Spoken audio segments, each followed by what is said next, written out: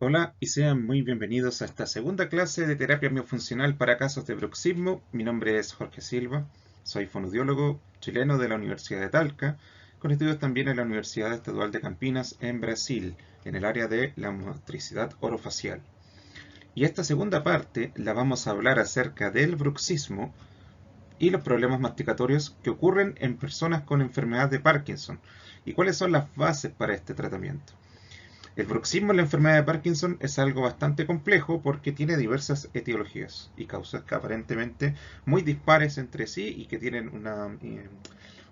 un problema a nivel de consenso entre los profesionales en cuanto a su mejor abordaje, por lo que estudiar su fisiopatología es crucial para poder determinar una buena toma de decisiones clínicas, sobre todo en el área nuestra como viene siendo la terapia miofuncional de motricidad orofacial. ¿Por qué? Porque tenemos que tener en cuenta que existen ciertos aspectos relacionados con el aprendizaje motor y la neuroplasticidad que son específicos del Parkinson y que tenemos que atender específicamente en este problema, siguiendo la línea de que lo específico se tiene que rehabilitar específicamente. El bruxismo en la enfermedad de Parkinson hay que recordar ciertas cosas. Por ejemplo, los antecedentes específicos del bruxismo o de la disfunción temporomandibular que están presentes en los parkinsonismos son eh, algo distinto al común del bruxismo que tienen otras personas neurotípicas en este sentido, o con otros tipos de afecciones neurológicas que ya vamos a ver más adelante. Vamos a hacer un brevario acerca de la masticación en la enfermedad de Parkinson. Recordar también las diferentes funciones tomatognáticas en fonoaudiología que son succión, deglución, masticación, respiración y habla. Y por último, recordar los principios de neuroplasticidad y de aprendizaje motor que están involucrados en Parkinson. Estas cuatro cosas que vamos a recordar a lo largo de toda la diapositiva, de toda la clase, van a ser fundamentales para poder ejemplificar cada uno de los tratamientos que vamos a sugerir. Existen aspectos específicos del bruxismo en la enfermedad de Parkinson. Antiguamente se creía que lo provocaba la medicación, pero hoy se tiene evidencia de que es un proceso que está causado por el Parkinson mismo y no por los medicamentos. Y esto lo afirman diversos estudios hechos recientemente desde el año 2015 hasta el año pasado, 2021.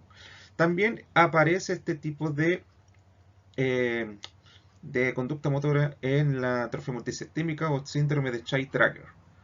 En aquellos pacientes sobre todo aparece, y en el Parkinson también, bruxismo de tipo diurno. Ocurre un desbalance causado por los síntomas motores, no motores y sensoriales asociados al Parkinson. Y esto lo dicen Fratlander, Mahler, Norman y Ettinger el 2009. O sea, esto se sabe hace más de una década. El problema es que este bruxismo tiene diferentes etiologías y dentro de esta etiología existen diferentes subcamas de problemas que se asocian y que dificultan eh, un trazado universal de terapia que puedan servir una para todos, en este caso no. Como la etiología es tan dispar, nosotros tenemos que adecuarnos al paciente y poder generar a partir de él un programa de tratamiento específico que atienda a sus necesidades. El problema del bruxismo va a variar según el tipo de Parkinson, si es tembloroso predominantemente, o rígido cinético, o de inestabilidad postural, de marcha y dinámica. Todos ellos van a ser diferentes en cuanto a su pronóstico y a su manera de abordar. También va a influir la etapa del Parkinson en la cual esté la persona, el subtipo que ya hemos hablado, la severidad, y la duración del Parkinson. A su vez, también va a influir el género, la edad y las comorbilidades asociadas que se puedan encontrar.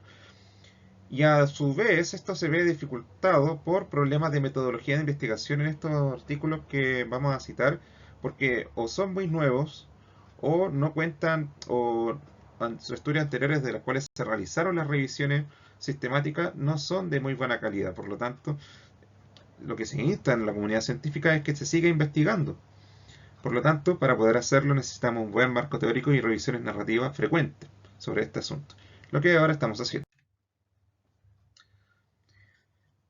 Offred y colegas en 2021 describen cambios funcionales a nivel estructural y funcional. Uno de ellos tiene que ver a nivel de mandíbula, a nivel de piezas dentarias y tejidos blandos.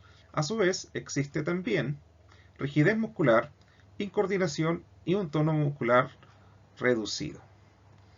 Como si eso no bastara, tenemos también festinación oral, que es cuando nosotros continuamos haciendo una conducta a pesar de que ya no queremos hacerla. En este caso, cuando las personas caminan y no dejan de intentar caminar a pesar que le decimos que paren.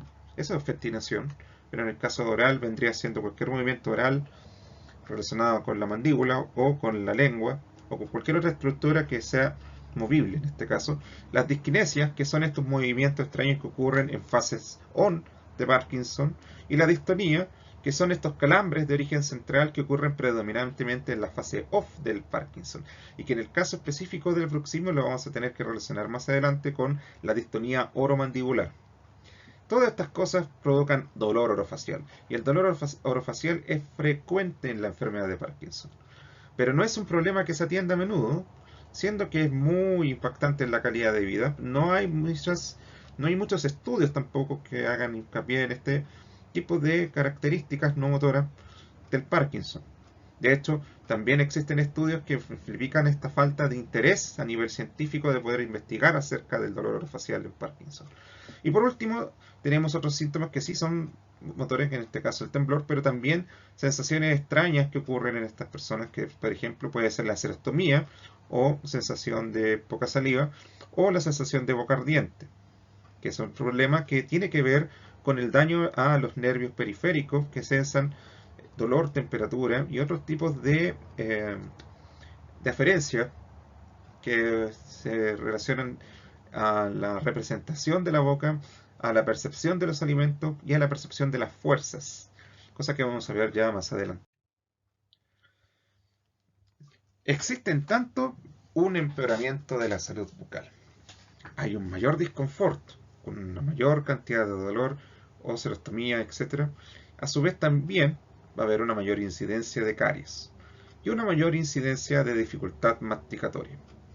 Por lo tanto, las personas comienzan a percibir peor su salud oral, empeora su calidad de vida y lo que es más, podría estar afectándose un aspecto fundamental de la protección cognitiva, que es la masticación. Kubo, Hirano y otros autores japoneses también son bastante diestros a la hora de caracterizar la función masticatoria como un continuo de estimulación cognitiva. Y lo vamos a ver aquí. Existía más bien ciertas hipótesis que hablaban acerca del efecto protector de la función masticatoria en la cognición. La masticación se ha comprobado que puede elevar el nivel de alerta.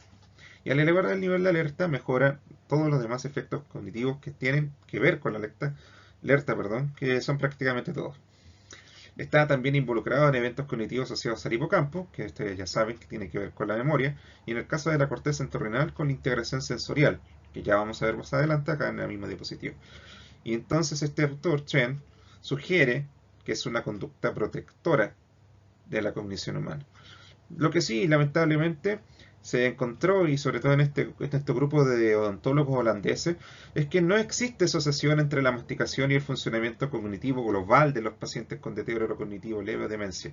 En realidad es un asunto que protege en personas que están comenzando el Parkinson y no tienen síntomas cognitivos. ¿Bien? Entonces lo que se sugiere es que al momento de ocurrir este tipo de problemas cognitivos en aquellos pacientes, existen ciertos mecanismos compensatorios que tienen que ver con la falta de eficiencia masticatoria y que también se fundamentan en proteger la función cognitiva de los pacientes. Pero hay que recordar una cosa. Una persona que mastica mal es una persona que tiene no solamente alteradas sus funciones y estructuras corporales, sino que también aquellas actividades y participación a nivel exterior o ambiental que tengan que ver con masticar, o en el caso de ser un poco más incisivos, con abrir y cerrar la boca. Y si ustedes saben, hablar es una de ellas, comer es otra de ellas.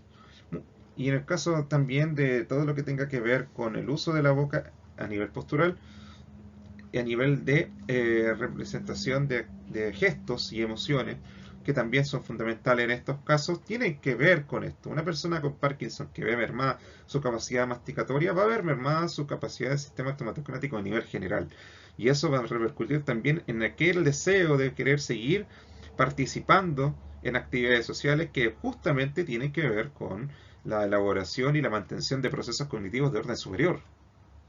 Ese es un problema que nosotros tenemos que ver. No es que la masticación directamente proteja causalmente la actividad cognitiva, sino que son estas actividades y participaciones constantes, donde ocurren constantes refuerzos y aprendizajes explícitos e implícitos que las personas utilizan, que es lo que debemos proteger. La cantidad de actividad y participación de una persona va a depender fundamentalmente de aquellas conductas que son vitales en el procesamiento de estas, y la masticación puede ser una de ellas, sobre todo a nivel de deglución, a nivel de alimentación, y en el caso del habla y de la expresión gestual también. Entonces estos factores ambientales y personales que deben entrar en juego son los que debemos tener en cuenta también en la elaboración y en la intervención de estos tipos de problemas relacionados con la conducta motora y con la disfunción temporomandibular en pacientes con Parkinson. Bien, la masticación de por sí en la enfermedad de Parkinson tiene que ver con una limitación del rango de movimiento mandibular.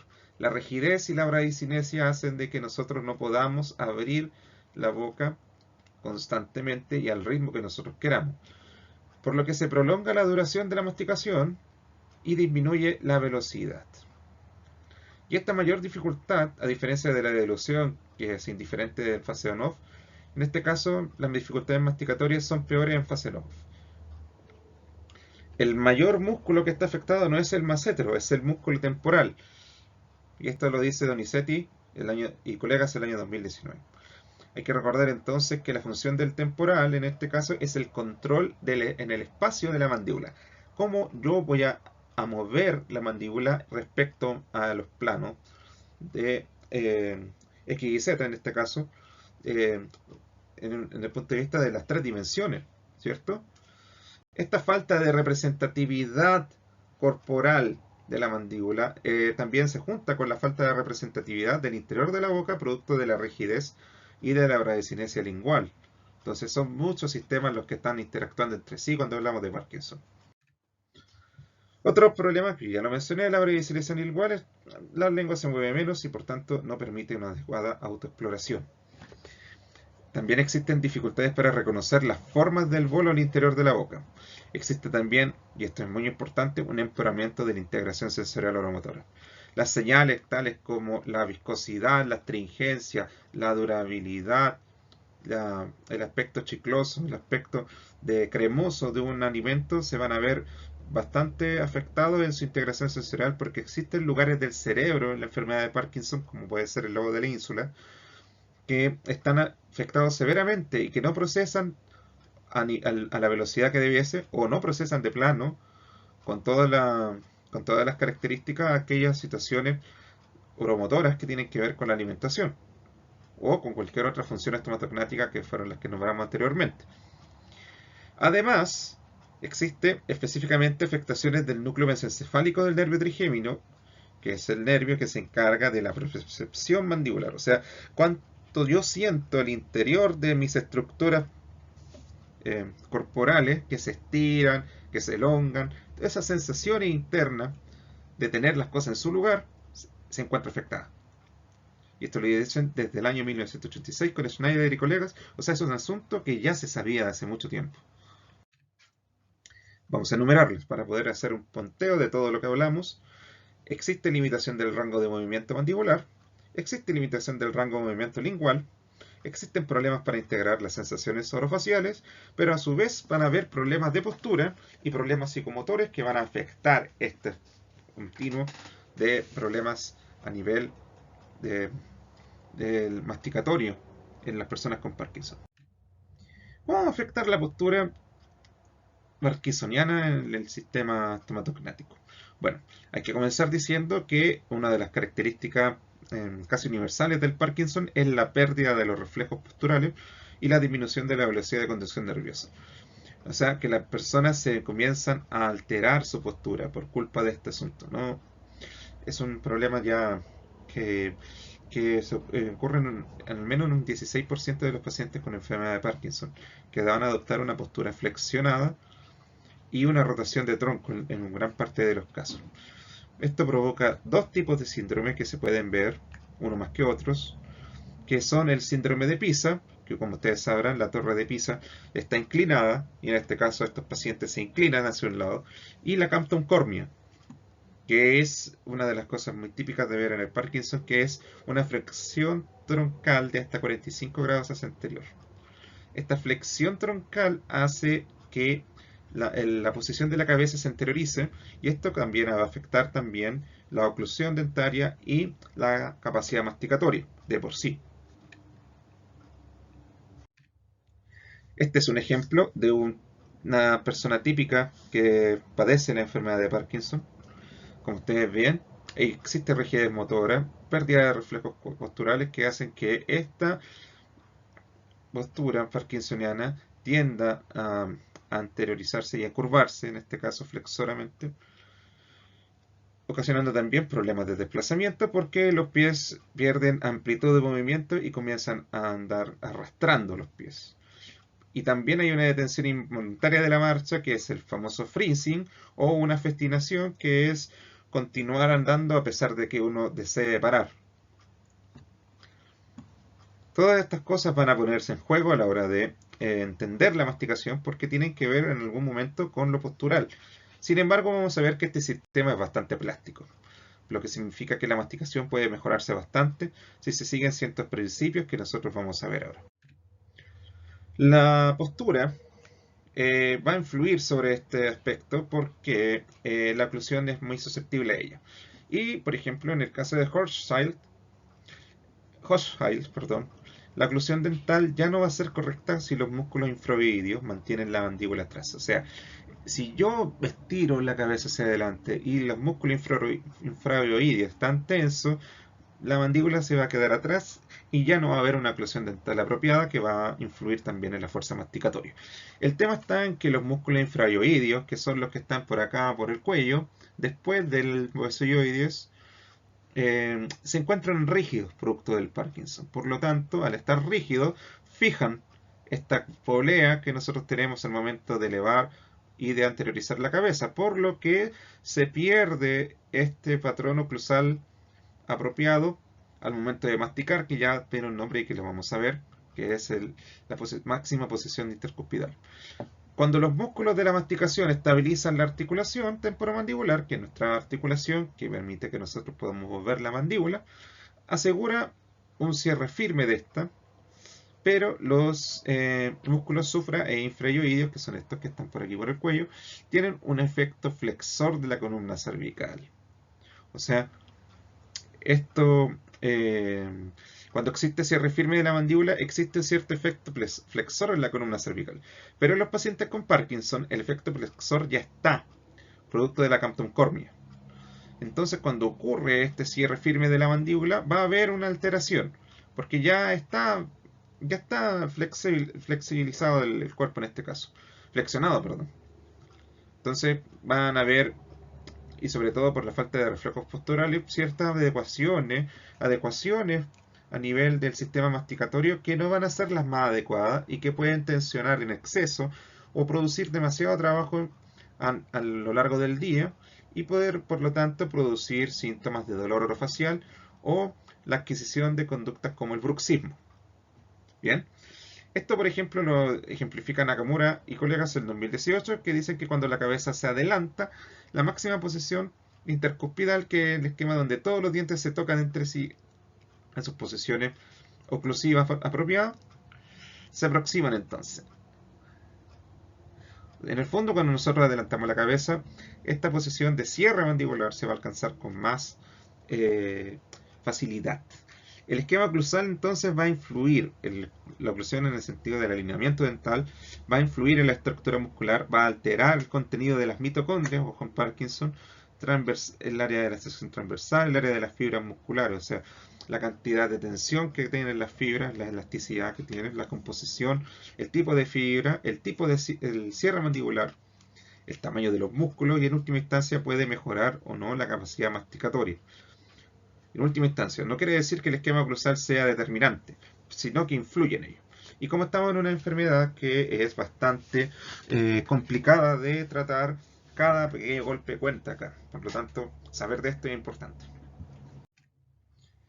La mandíbula, en caso de alteración de la posición craneocervical, también debe compensar, esto ya lo hablamos anteriormente, por lo que va a originar problemas de oclusión.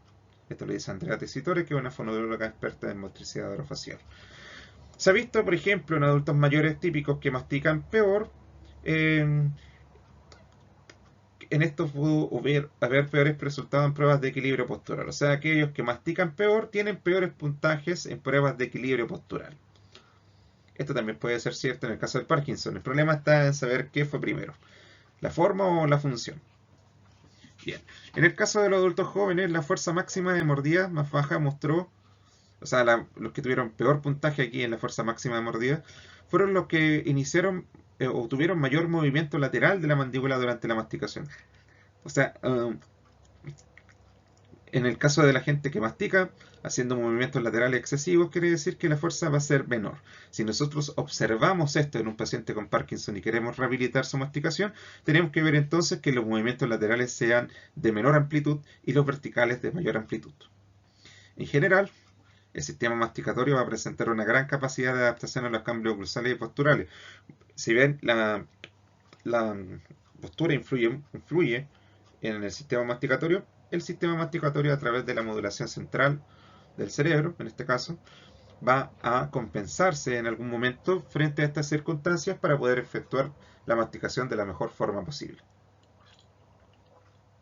Sin embargo, si bien podemos conservar esta capacidad masticatoria, las alteraciones posturales son un factor de riesgo para la disfunción temporomandibular. O sea, que estas alteraciones posturales que nosotros vemos en Parkinson podrían influir en aparición de dolor orofacial. Y es un aspecto que muchas personas con Parkinson tienen. El dolor orofacial es como, dentro de los síntomas no motores, es uno de los que se presenta más. Cortese, Mondello, Galarza y Biondi, esta doctora italiana, o autores italianos, en 2017 dijeron que uno de los principales factores, si bien no está citado acá explícitamente, pero se menciona en su paper, era que la anteriorización de la cabeza era uno de los que tenía mayor factor, que era de las conductas con mayor factor de riesgo. Y esto ocurre en la cantoncópnia en el caso del Parkinson, por lo tanto también hay que tenerlo en consideración. Estas son citas textuales de Peck del año 2015. Los mecanorreceptores periodontales, que también son los que están dentro, en el caso de las piezas dentarias, proporcionan la capacidad de regular estas fuerzas oclusales más ligeras. La pérdida de los mecanorreceptores, que puede ser por ponerse implantes dentales o pérdida de la unión periodontal, puede alterar esta capacidad de regular las cosas. Esta capacidad de poder regular situaciones sutiles de lo que tiene que ver con la aplicación de fuerza a nivel mandibular, puede deberse no solamente a estas cosas, sino que también a una alteración en los receptores, mecanorreceptores en este caso, de las piezas dentarias, producto del Parkinson mismo. Y eso está dentro de la literatura, dentro de los autores que citamos anteriormente. Miller, Ricci Factor, por ejemplo, que fueron los que cité del año 2019. Y en el caso de la inflamación y del dolor agudos de la articulación temporomandibular, en este caso el autor propone que nosotros reduzcamos la función mandibular en lugar de cambiar el esquema oclusal. Por lo tanto, esto es un punto a favor en aquellos colegas fonoaudiólogos que nos dedicamos a la motricidad orofacial. ¿Por qué? Porque con la terapia miofuncional nosotros podemos llevar a cabo este dicho, que es reducir la función mandibular alterada en lugar de concentrarnos en el esquema oclusal con situaciones de órtesis o de cirugía que pueden ser no las más apropiadas en estos casos. Por lo tanto, el énfasis va a ser la conservación o restitución de las piezas dentarias en el caso de nuestros colegas odontólogos o odontólogas, y en el caso nuestro es poder reducir funciones mandibulares inapropiadas y poder potenciarlas en el caso de la terapia miofuncional. Por lo tanto, un esquema resumen de esto sería que existen alteraciones en el músculo temporal y también alteraciones en la propiocepción como tal. Estas Estas alteraciones van a convivir con una alteración de los reflejos posturales. Las personas con Parkinson pierden los reflejos posturales. Estas adaptaciones que mencionaba Peck no ocurren o ocurren de una manera anómala en el Parkinson. Por lo tanto, estos cambios sutiles de movimiento y de conductas motoras se van a ver influenciados por este tipo de situaciones, alteraciones neurológicas, por lo que ese efecto protector tal vez, solo tal vez, puede estar disminuido o derechamente inexistente. Por lo tanto, la alteración y el desequilibrio a nivel biofuncional van a ser mayores y van a provocar dolor, van a provocar disconfort, van a provocar diversos problemas que nosotros tenemos que censar. Esto entonces va a provocar alteraciones de la adaptación funcional, en los casos de disfunción temporomandibular, incluyendo o no el bruxismo en aquellos pacientes con Parkinson. Bien, pero nosotros si queremos hacer terapia biofuncional en Parkinson tenemos que saber que existen ciertos aspectos del aprendizaje motor y de la neuroplasticidad que son específicos de Parkinson, y no todos tienen que ver con pérdidas, sino que también con aspectos funcionales que están relativamente conservados. Uno de los procesos que se encuentra afectado en el Parkinson tiene que ver con la amplitud escalada de los movimientos. O sea, las personas hacen movimientos con menor rango, pero también con menor intensidad. Existe también un procesamiento sensorial que está alterado, donde la percepción de lo que está dentro de la boca o fuera de ella, que por ejemplo tiene que ver con la propiocepción mandibular, se encuentra alterado.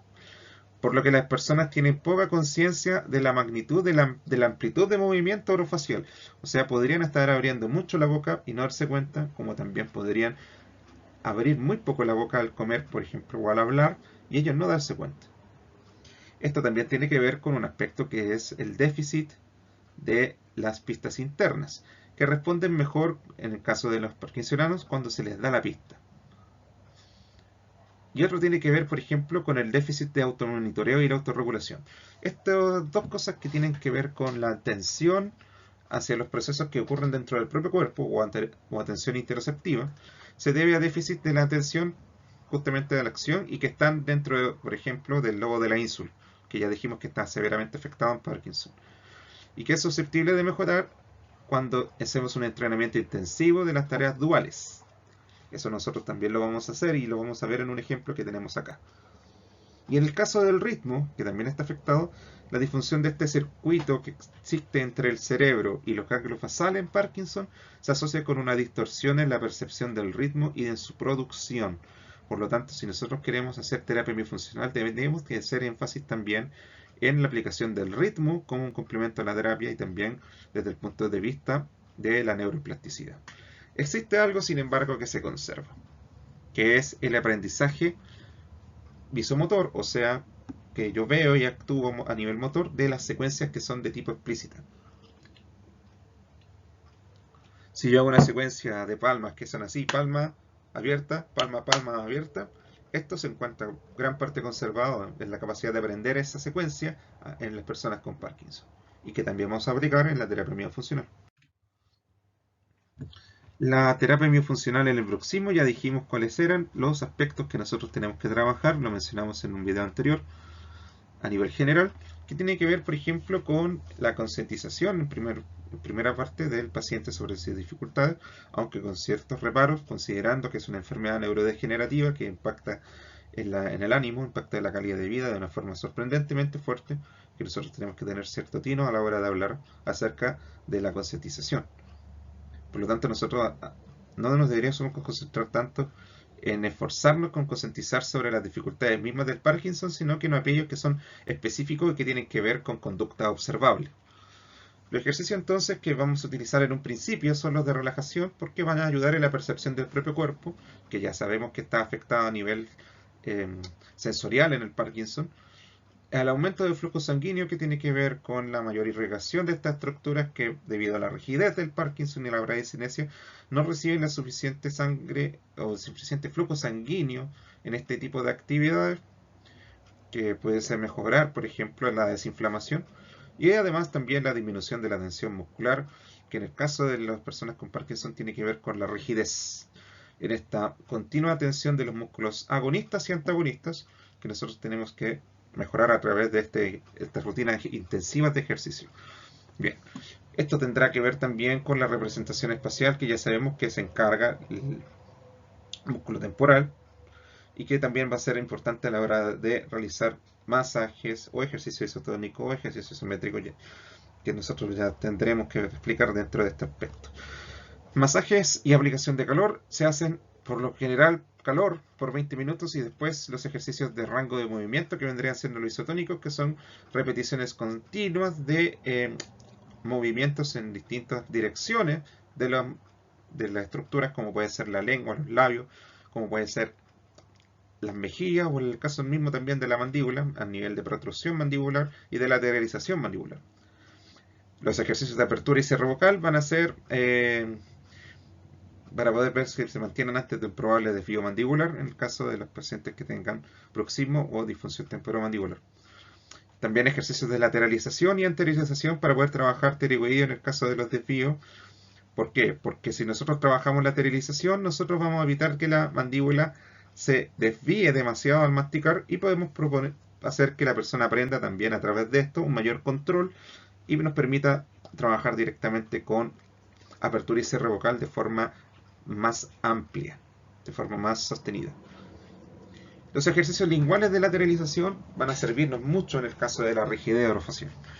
Los ejercicios linguales de lateralización lo que buscan es que la lengua recorra gran parte del interior de la boca para poder realizar diversas actividades que permitan que se represente el interior de la boca en el cerebro y mejore la integración sensorial.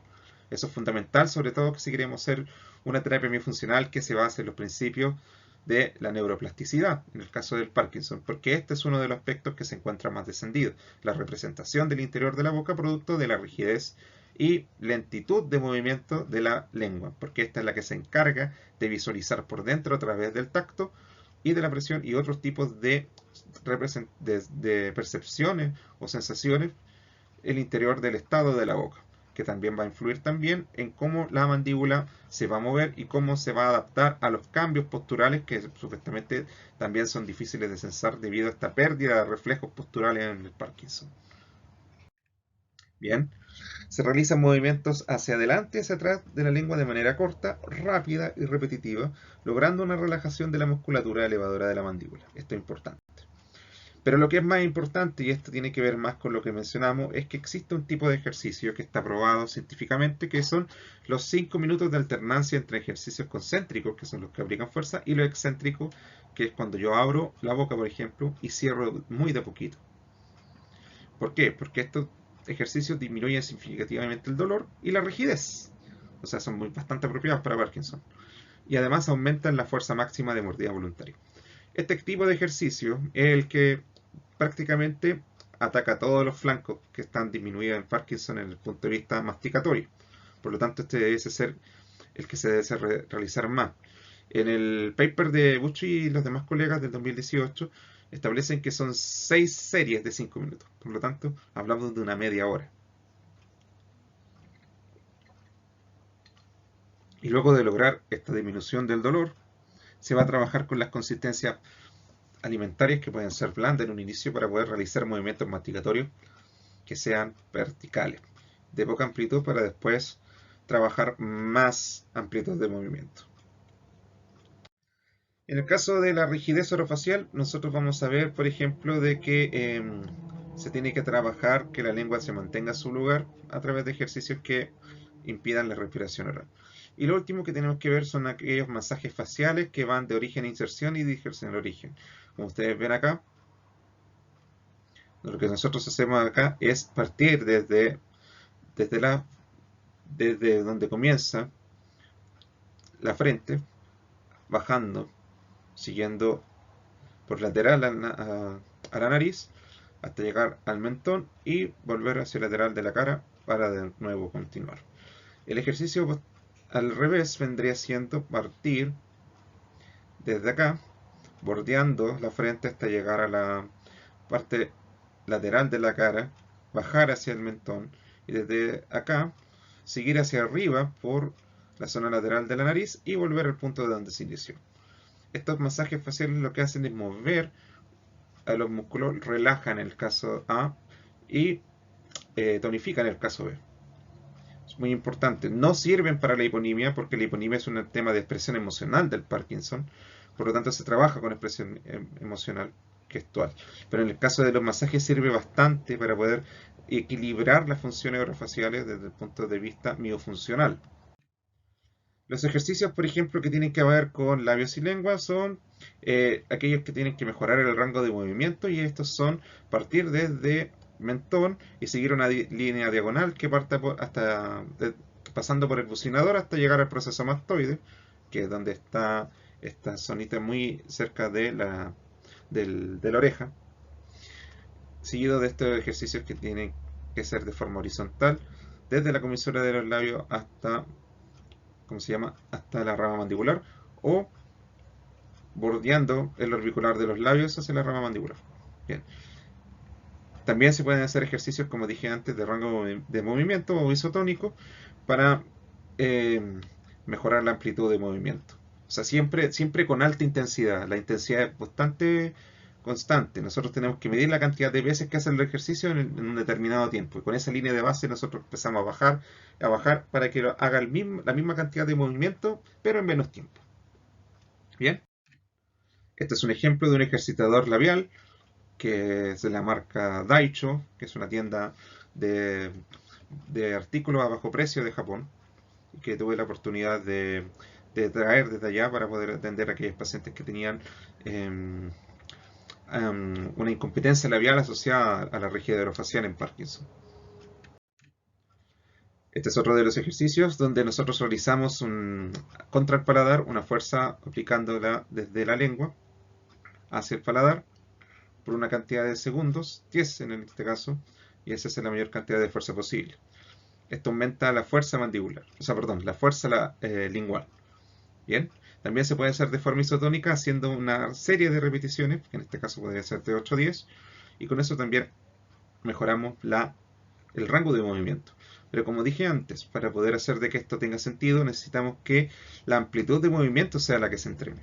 Por lo tanto, nosotros tenemos que censar la mayor cantidad de veces que hace el paciente en un determinado tiempo y irlo disminuyendo con el paso del ejercicio. Primero en tal segundo, después bajar un segundo, después otro, hasta llegar a un punto funcional donde la persona entrene la amplitud de movimiento y sea funcional desde el punto de vista sensorio-motor, en el caso del Parkinson. Este es otro ejemplo, que es el uso de una sonda, donde nosotros ponemos en un vaso con agua este extremo azul, y el otro extremo, que tiene un agujero, se pone acá en la punta de la lengua adosada al paladar. Y lo que hace la lengua es hacer diferentes esfuerzos en presionar el paladar para hacer succión de este vaso con agua, y así la lengua va haciendo en determinado momento una gran cantidad de esta fuerza. Y lo que a su vez también tiene que ver es que el agua que va saliendo por el tubo va saliendo con una presión, y esa presión es sensada en los puntos donde existe mayor cantidad de receptores de este tipo, que vendría siendo la punta de la lengua y la zona anterior del paladar, lo cual es bastante importante para poder recuperar parte de estas sensaciones perdidas producto del Parkinson. Todos estos ejercicios de movimiento lingual tienen que hacerse con fuerza. ¿Por qué? Porque con la fuerza nosotros hacemos que se estiren los tendones que tienen la cantidad de propriocepción que nosotros necesitamos, donde se sensa la propriocepción. Pero también recordar que la boca cuenta con dos vías, que una es la del mesencefálico del trigémino que mencionamos anteriormente, y otra tiene que ver con el núcleo sensorial principal, que son estos receptores que comúnmente nosotros conocemos como receptores de Ruffini, pero que en el caso de la boca no son lentos, son rápidos. Entonces tienen también una injerencia a nivel proprioceptivo que en el resto del cuerpo por lo general no tienen. Por eso es importante este tipo de ejercicios con fuerza. A nivel de macetero nosotros podemos hacer también masajes para poder reducir la tensión del músculo desde arriba hacia abajo, no de arriba y abajo, sino que solamente hacia abajo, y luego volver a hacerlo, para poder hacer masajes en esta zona, y tienen que ser profundos, porque estos músculos son de carácter más profundo, por tanto la fuerza tiene que ser un poquito mayor. Para poder activarlo, en cambio, nosotros hacemos movimientos de zigzag que vienen de acá, desde abajo, hacia arriba, haciendo el zigzag, haciendo el rayito, y de esa forma tonificamos el músculo.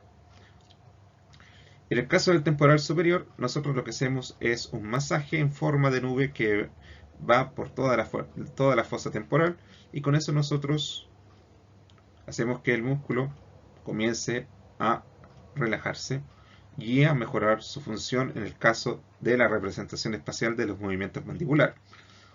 Como ya hemos dicho antes, es un aspecto bastante importante y que se encuentra afectado en el Parkinson. Bien, para poder mejorar la masticación directamente en Parkinson tenemos que hacerlo a través de ejercicios de fuerza. Sin embargo, hay que recordar algunos aspectos. La función del resto de los músculos de la masticación, o sea, que no son macetes, lo que vendrían siendo los pterigoideos, el temporal, el vientre anterior del digástrico, se activan indirectamente con el entrenamiento dinámico de tronco. O sea, si una persona entrena tronco de forma dinámica, como puede ser por ejemplo con la terapia Lee Silverman-Vick, va a haber una activación indirecta de la masticación. O sea que las personas que hacen ejercicio, que van a fisioterapia, en el caso de las personas con Parkinson, pueden ser indirectamente tener un mejor pronóstico al hacer estos ejercicios de masticación que aquellas que no. Por lo tanto, siempre debe enfatizarse el trabajo interdisciplinario, de todas maneras. Baram, el año 2020, y colegas enfatizan el entrenamiento de la apertura bucal, el uso de una pantalla oral, que es un dispositivo que se pone entre el vestíbulo oral y los dientes para poder fortalecer el músculo de los labios, el orbicular de los labios, y también el uso de chicles, gomas de mascar fluorizadas, para poder mejorar la velocidad de la masticación y la higiene oral. Y este estudio es bueno, ¿por qué? Porque cuenta con un control aleatorizado, o sea, pusieron un grupo control que no iba a recibir la terapia, pero los aleatorizaron para no saber cuál era cuál y así disminuir la cantidad de sesgo que pueden tener los investigadores al momento de realizar el estudio. Por lo tanto, esta investigación es bastante apropiada para el tema de la mejora de la masticación. Lo otro tiene que ver con tratar de conservar la mayor cantidad de piezas dentarias posible, sobre todo las del arco dental superior, y recordar aspectos que mencionamos anteriormente de neuroplasticidad y aprendizaje motor que tienen que ver con la enfermedad de Parkinson.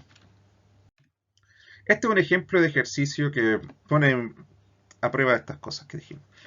Nosotros mostramos al paciente una imagen de una boca abierta, una boca cerrada, etc. Y tienen que asociarla con un... ¿Cómo se llama? Con un círculo de color que puede ser de color lleno o achurado. En el caso de boca abierta, signo, perdón, en este caso un punto que está relleno, y en el caso de la boca cerrada, un punto que está achurado. Entonces lo que nosotros hacemos es crear una secuencia donde nosotros veamos estos puntos y asociemos con apertura o cierre mandibular dependiendo del caso. Entonces yo le presento aleatoriamente, o sea, al azar, esta secuencia, y si esto por ejemplo dura un segundo, esto también hacemos que la persona abra muy grande la boca un segundo y después cierre la boca, después abra un segundo, mantenga otro segundo más y luego cierre la boca. Y si yo desordeno los puntos, va a tener que ser en base a eso. Luego de eso, para poder hacer un aprendizaje sin errores, le vuelvo a presentar una diapositiva o le devuelvo a mostrar el tablero, pero esta vez uno de los puntos ya no va a tener una referencia visual. Y así hasta que el paciente logre, a través de hacer esto, de poder seguir la secuencia, como dijimos que ya estaba conservado en Parkinson este aprendizaje, utilizar la secuencia como una manera de ejercitar a nivel muscular la masticación, pero también a nivel de atención. Por lo tanto, este ejercicio sigue principios de aprendizaje motor y de neuroplasticidad. No es simplemente abrir y cerrar la boca a la orden, sino que responde a un procesamiento visual que ya sabemos que está conservado y a su vez a una tarea de atención dual, donde nosotros tenemos que poner atención en un aspecto procedimental motor y en un aspecto visual. ¿Bien? Eso es un ejemplo claro de cómo nosotros podemos aprovechar la evidencia disponible para poder realizar terapia biofuncional en casos de Parkinson y en concreto en el bruxismo, que nosotros tenemos que reestructurar aquellas funciones masticatorias que se encuentran afectadas por ella.